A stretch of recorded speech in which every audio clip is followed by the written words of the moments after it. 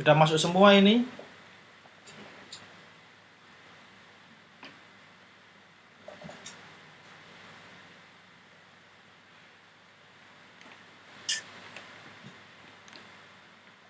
Belum, Pak. Belum, Pak. Oke. Masih 15 orang.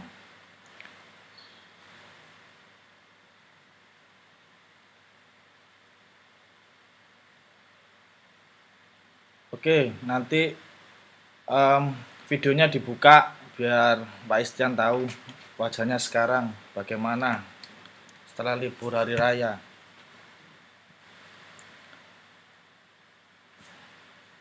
Ini binti sudah, yang lain dibuka. Kalau enggak dibuka, enggak dimulai kuliahnya.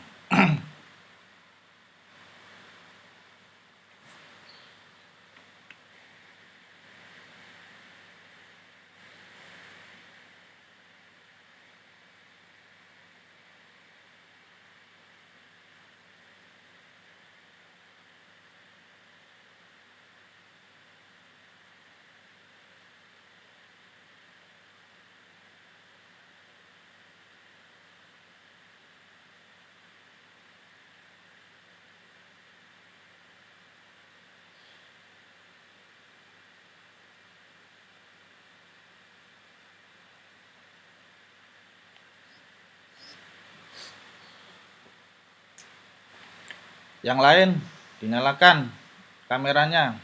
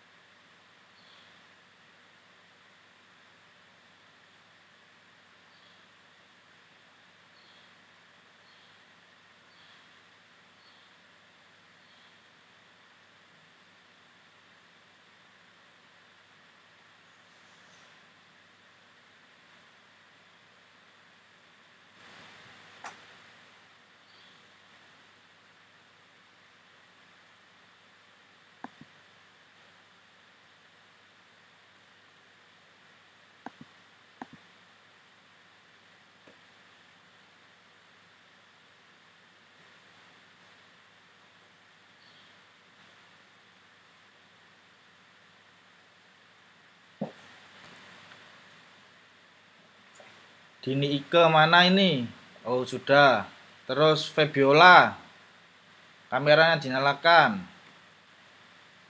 Flo, Intan Mei, belum. Nini, Rahma, Rani, Umi. Ayo yang lainnya dinyalakan semuanya. Kalau nggak dinyalakan nggak dimulai.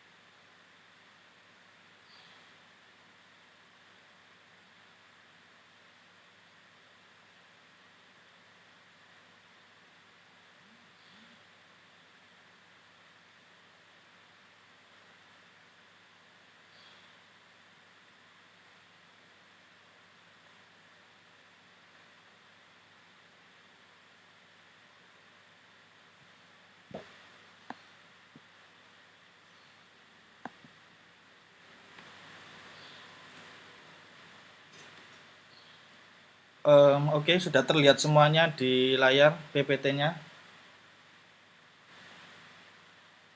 Sudah, Pak. Oke. Assalamualaikum warahmatullahi wabarakatuh. Waalaikumsalam warahmatullahi wabarakatuh. Ya, kedua kalinya saya mengucapkan masih Syawal ya. Taqabbalallahu minna wa minkum semuanya. Saya harap pada pertemuan ke-10 kali ini diberi semangat lagi ya. Walaupun instruksinya offline, tapi untuk pertemuan kali ini kita nanti daring dulu. Oke, untuk pertemuan 10 ini saya mereview sebentar tentang entity relationship diagram, di mana ini kemarin teman-teman banyak yang kurang paham perihal relasi diagram untuk database. Karena di pertemuan setelah UTS ini kita nanti akan membahas tentang database full, bagaimana, dimana kalian ini kan basicnya tidak di informatika atau di sistem gitu ya, di akuntansi, tapi saya diberikan amanat untuk memberikan mata kuliah ini. Saya berusaha untuk memberikan materi yang sesuai dengan bahasa yang bisa dipahami gitu ya. Oke, sebagai pendahuluan bahwasanya entity relationship diagram atau IRD itu merupakan data grafis dalam permodelan data konseptual yang mendeskripsikan hubungan antar penyimpanan. Terus yang kemudian di mana IRD itu berfungsi untuk menghubungkan antara struktur data dan hubungan antar data. Gitu ya. Jadi IRD itu ada 3 poin sebetulnya: entitas, atribut, sama relasi. Di mana IRD itu berfungsinya adalah untuk buat apa data itu diperlukan, terus bagaimana hubungan data yang satu dengan data yang lainnya. Karena di setiap relasi yang kita ketahui di lapangan itu mesti ada database-nya, dan itu menjadi suatu metode penting, suatu relasi penting pada permodelan atau konsep 4.0, malah nanti 4.0, 5.0, 5.0, di mana yang namanya cloud computing, database, dan semuanya itu menjadi suatu kebutuhan penting. Nah, entitas gitu ya. Entitas itu apa sih? Jadi entitas itu adalah objek, entity, objek dari apa yang dipakai gitu ya. Dalam contoh ini misalkan entitas itu dilambangkan sebagai persegi panjang, contohnya mahasiswa ataupun nasabah gitu ya. Kemudian yang kedua itu adalah atribut. Jadi atribut itu adalah karakter dari objek tersebut. Jadi objek tersebut yang membedakan dari entitas lainnya itu apa? Ada yang dilambangkan dengan eclipse. Di dalam entitas itu ada atribut-atribut, ada ID, nama, alamat, dan sebagainya. Kemudian ada relasi. Relasi ini digambarkan dengan diamond ya, belah ketupat, dan juga ada relasi-relasi lainnya. Oke, jadi saya share lagi.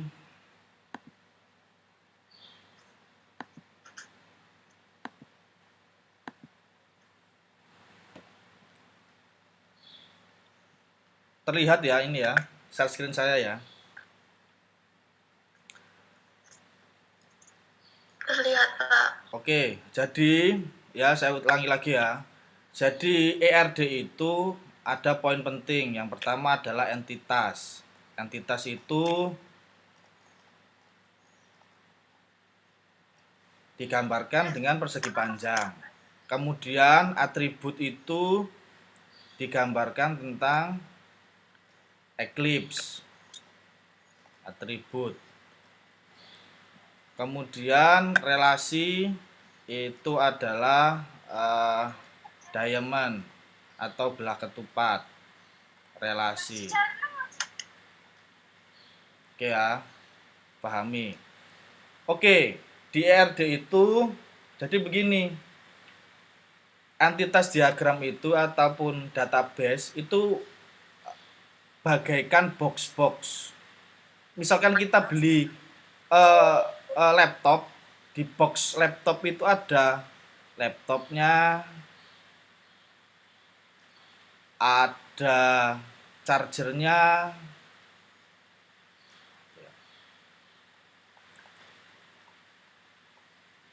Nah, ini yang dinamakan database.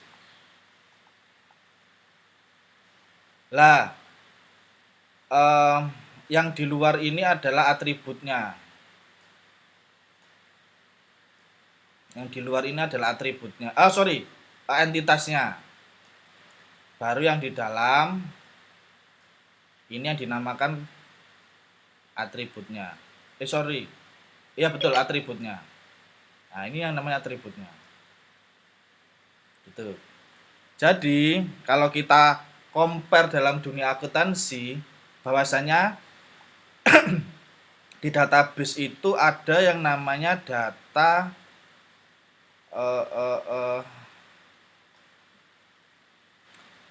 data nasabah misalkan.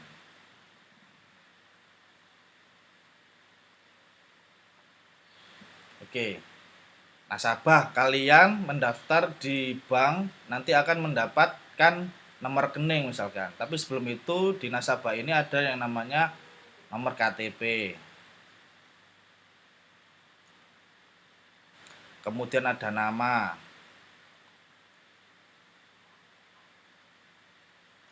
Kemudian ada alamat dan seterusnya, gitu ya. Kemudian ada database lagi yang namanya adalah database rekening misalkan.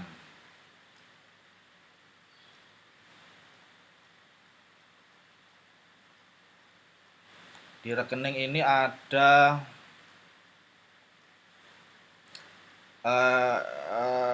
nomor rekening misalkan, nomor rekening. Kemudian ada PIN. Misalkan ada saldo.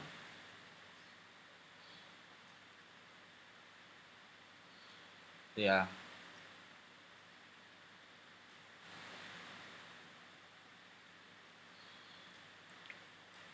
Ini yang dinamakan database 1 atau database nasabah misalkan, tabel nasabah. Kemudian ini adalah tabel rekening misalkan. Cara menghubungkannya adalah seperti tadi, relasinya adalah berarti nasabah memiliki rekening. Dihubungkan dengan relasi. Oke ya. Jadi Arduino ini diagramnya seperti ini. Ini juga nanti akan akan berelasi dengan database yang lain, teller dan sebagainya, terus tabel transaksi dan sebagainya.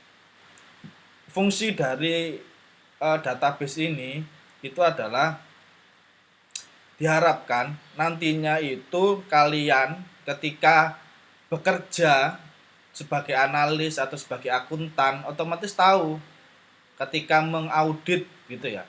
Kalian kan menjadi di jurusan akuntansi itu setidaknya kan harus tahu apa nanti yang saya inginkan. Nah, pada mata kuliah ini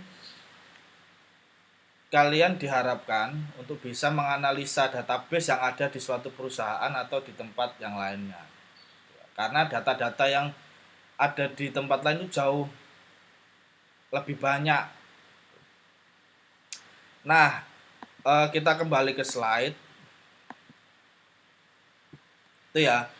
Jadi ketika saya berbicara tentang ERD, atau kalian berbicara dengan database gitu ya, pasti ada 3 item itu tadi. Ada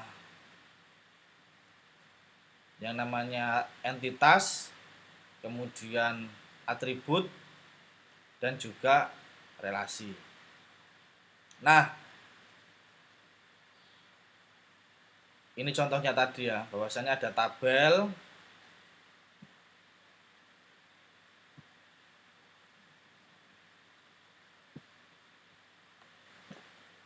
oke, ada tabel mahasiswa, ada tabel mata kuliah,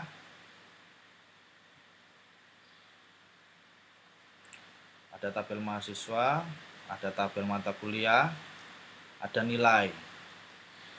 Di mana tabel mahasiswa ini terdiri dari NIM, nama, alamat. Terus ada kode mata kuliah, ada mata kuliah sama SKS-nya. Ya. Kalau ini diibaratkan adalah kerdus gitu ya. Di kerdus mahasiswa ini ada terdiri dari data-data NIM, nama, alamat atau rak gitu ya. Terdiri dari data NIM ada 1, 2, 3, 4, 5 dan juga mata kuliah.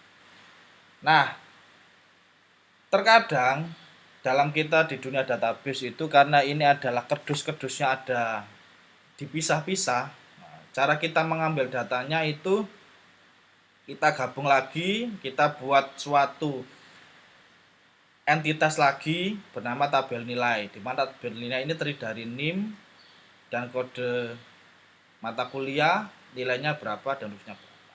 Nah, di dalam database itu yang perlu kita tentukan adalah primary key. Ada 2, primary key dan foreign key. Di mana primary key itu adalah kata kunci atau kode dari database itu sendiri.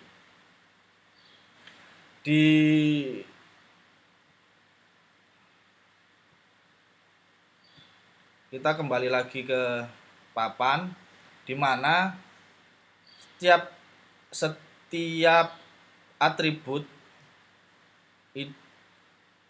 itu selalu ada di setiap entitas itu ada yang namanya primary key. Primary key itu adalah yang menentukan bahwa kunci dari data itu yang menjadikan acuan dari data tersebut. Syarat pertama untuk primary key adalah harus unik. Contoh, NIM-mu berapa? Nomor induk mahasiswa, tiap mahasiswa kan beda-beda, itu menjadi acuan, tidak boleh sama. Yang kedua itu harus minimal ini adalah bisa di antara 3 atribut ini ada satu yang menjadi acuan. Contoh kan misalkan KTP, ada nama, ada alamat. Nama ini kan pasti ada yang sama nanti, misalkan Soleh kan gitu. Nah, untuk KTP ini kan tidak ada yang sama. Lah, ini kan menjadikan acuan. Jadi dari data ini yang menjadikan minimal yang dijadikan acuan itu yang mana? Oke ya, dari primary key ini diharapkan ada suatu data yang bisa ditentukan sebagai acuan. Nah, di dalam diagram entitas ini ketika primary key itu mesti dilambangkan atau pada atributnya mesti ada garis bawahnya ini yang ditentukan sebagai primary key. Misalkan begini, jadi gambarnya mesti ada garis bawahnya. Ini untuk gambar IRD yang menjadikan tentukan primary key-nya mana. Itu yang primary key. Nah, untuk foreign key atau key tamu itu ya.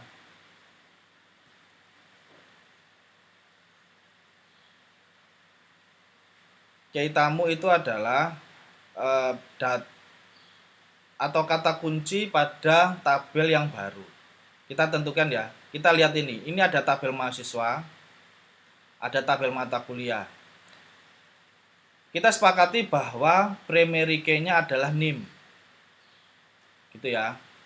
Nomor induk mahasiswa ini ada seperti primary key, di mana tiap data itu berbeda, tidak ada yang sama. Kalau alamat tidak mungkin karena ada data yang sama, karena syarat dari primary key itu adalah datanya tidak boleh sama. Untuk tabel mata kuliah, ini primernya kita sepakati adalah kode mata kuliah, bukan SKS. Karena SKS ada yang sama. Oke, kita tentukan dulu, kita sudah sepakati bahwasanya untuk tabel mahasiswa primary key-nya adalah atau kata kuncinya adalah NIM, dan untuk mata kuliah kode kuliah. Nah, ketika kita membuat entitas baru atau tabel nilai baru, maka kita nanti akan memasukkan data yang ada di tabel mahasiswa mata kuliah ke dalam tabel nilai baru. Oke. Kenapa sih kita hanya menampilkan hanya NIM dan hanya kode? Karena di dalam NIM ini sudah mewakili data yang ada di tabel mahasiswa. Begitu juga dengan kode mata kuliah ini juga mewakili data yang ada di tabel mata kuliah. Karena kalau kita memasukkan database semuanya akan terjadi yang namanya redundancy. Redundancy itu duplikasi atau data yang sama. Daripada itu kita cukup mewakilkannya lah. Sebagai gambarannya lagi gitu. Misalkan ada box yang namanya box nilai. Kita tidak mungkin memasukkan kresek-kresek kecil di dalam nilai ini adalah mahasiswa semuanya. Kita taruh dulu di box, terus kita masukkan lagi ke tabel nilai. Jadi isyaratnya bahwa ini itu adalah perwakilan dari tabel ini. Kalau kita klik, kita buka datanya, nanti datanya akan tampil adalah data ini, tabel mahasiswa. Begitu juga dengan kode mata kuliah. Ya, nanti akan munculnya adalah data 235 adalah sistem basis data, nilainya 80, terus nilai hurufnya atau nilainya A dan sebagainya. Begitu juga dengan kalian. Ketika salah satu contoh kemarin ada teman kalian yang datanya tidak muncul ketika saya menyebutkan nilai UTS. Gitu ya. Berarti ada nama-nama teman kalian itu tidak ada di database UTS. Nah, semacam itu. Bagaimana untuk memperbaruinya? Berarti dari departemen akademik akan memasukkan data ke itu sama gitu ya.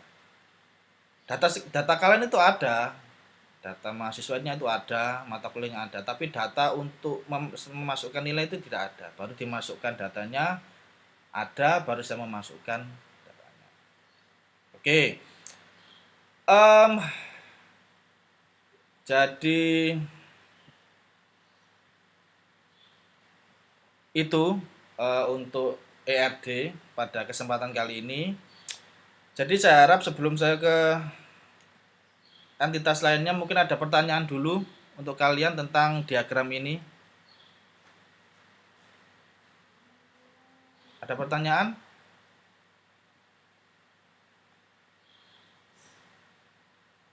Pak, saya mau tanya. Iya.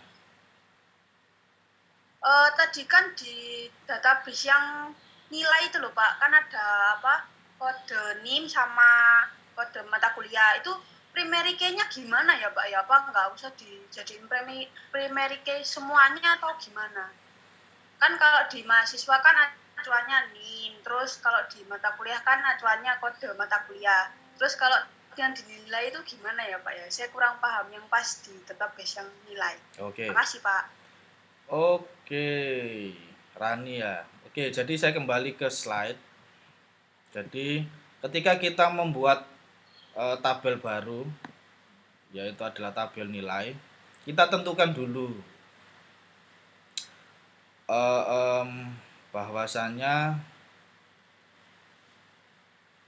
yang dari data nilai ini yang kita perlukan apa dulu. Misalkan data nilai ini ada NIM, kode mata kuliah, nilai angka sama nilai huruf.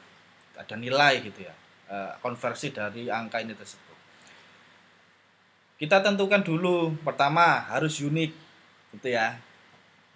Harus unik dan harus minimal dari data ini mana yang bisa diajukan sebagai kata kunci. Kita cek dulu dari NIM. Ada yang sama enggak? Oh, tidak ada. Di kode mata kuliah ini ada yang sama enggak? Oh, ada. 2, ini sama ini. Angka tidak ada yang sama. Oh, ada 90 sama 90. Huruf ada. Oke. Primary key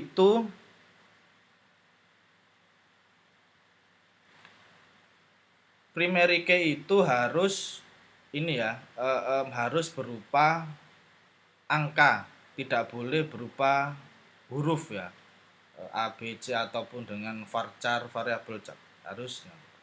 Nah, kalau kita di sini ada NIM, berarti ini bisa kita jadikan primary key, ataupun kita buat tabel lagi. Ini tabel namanya ID nilai. Di sini ada 1, 2, 3, 4, 5.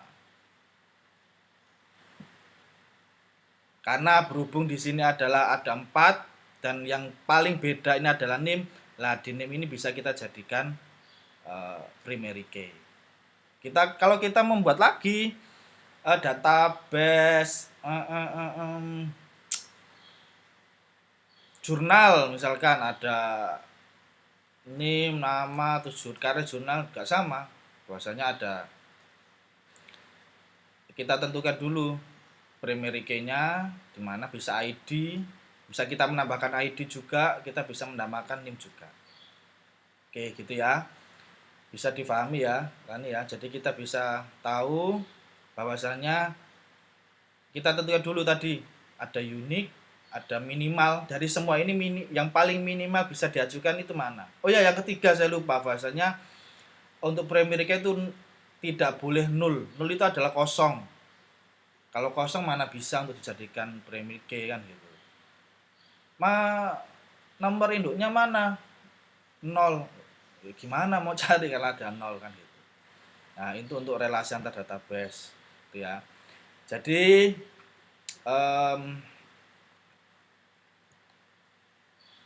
itu untuk relasinya, di mana relasi database itu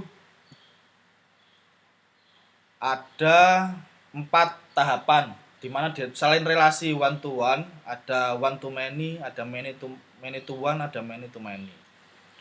Di mana untuk one to one itu lambangnya seperti ini.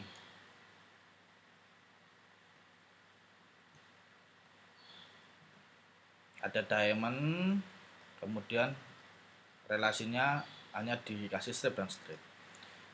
Untuk many hampir sama, cuman untuk many ada seperti panah begini. Itu menandakan bahwa dia memiliki banyak hubungan ke database yang lain. Nah, ini contohnya one to one, A1 ke B1, A1 ke B1, A2 ke B2, dan sebagainya. Kalau A1 ke B1, A1 ke B2, A2 ke B3. Nah, salah satu contoh yang paling gampang untuk difahami itu adalah bagaimana konsep many to many, one to many itu adalah ketika ada nama ini gambarkan ya begini ya, ada NIM, ada nama misalkan, alamat. Ini contoh data mahasiswa ya. Terusan ini ada data mata kuliah misalkan. Kode mata kuliah, terusan mata kuliah. Oh sorry, bukan ini. ada name, nama,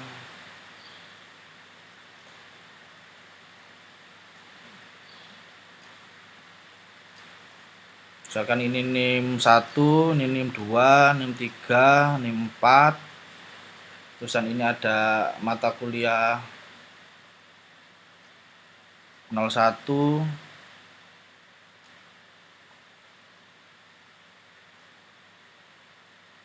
Ini ada mata kuliah A gitu ya, ada B, ada C. One to many, jadi satu orang ini nanti akan bisa ke beberapa mata kuliah. Ada yang 1, ada yang 3, gitu ya. Relasinya ada yang cuma 2,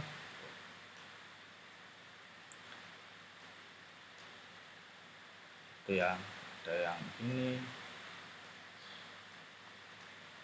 Itu bukan relasi, karena maksud one to many adalah data satu bisa mengambil data banyak. Misalkan kalian Rani tadi, seperti contohnya Rani tadi kelas 4 semester 4 A1 bisa mengambil mata kuliah lainnya, ada pengantar akuntansi, analisis sistem, terus entrepreneur dan sebagainya. Begitu juga dengan yang lainnya gitu. Kalau yang one to one itu berarti kan, kalau one to one itu adalah satu data dia hanya bisa mengambil satu data saja. Contoh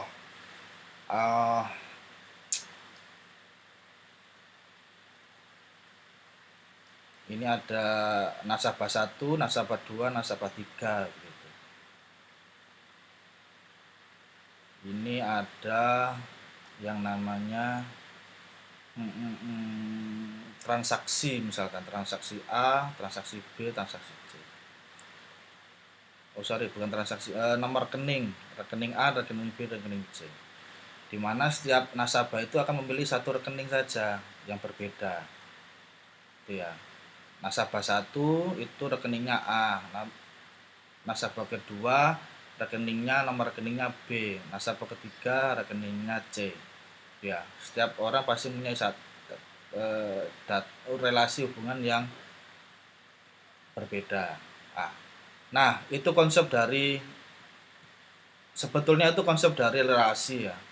Bisa kalau dihubungkan dengan sekarang ataupun dengan kehidupan ya, kegiatan yang ada sekarang itu kan seperti itu. Misalkan sopir menugaskan satu mobil, jadi sopir contohnya sopir ini ditugaskan untuk mobil ini saja, walaupun sopir itu bisa ditugaskan ke mobil-mobil yang ada Pajero dan sebagainya.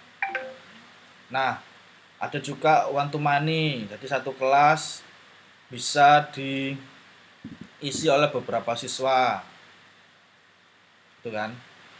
Kemudian ada many to one, ada siswa yang bisa satu siswa itu hanya bisa masuk ke satu jurusan, walaupun sekarang itu bisa pakai harus kuliah lagi dan sebagainya. Itu adalah konsep dari relasi. Ada too many, jadi satu siswa bisa mengajarkan beberapa mata kuliah, gitu ya. Ada keterbatasan waktu di Zoom ya, jadi saya harap kalian bisa memahami untuk konsep dari RD.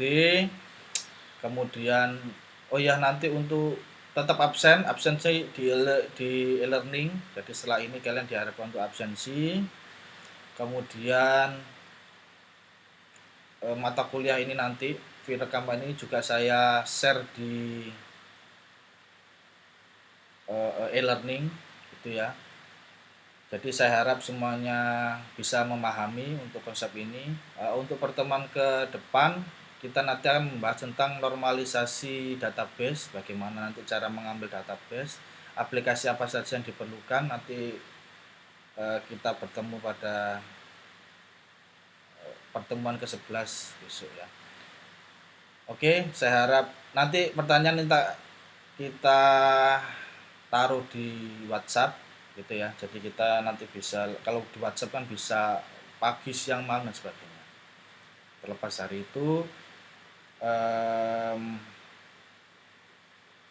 terima kasih untuk pertemuan ke-10 ini. Kita nanti bisa pindah ke WhatsApp gitu ya. Saya akhiri. Assalamualaikum warahmatullahi wabarakatuh. Waalaikumsalam warahmatullahi wabarakatuh. Terima kasih, Pak. Terima kasih, Pak.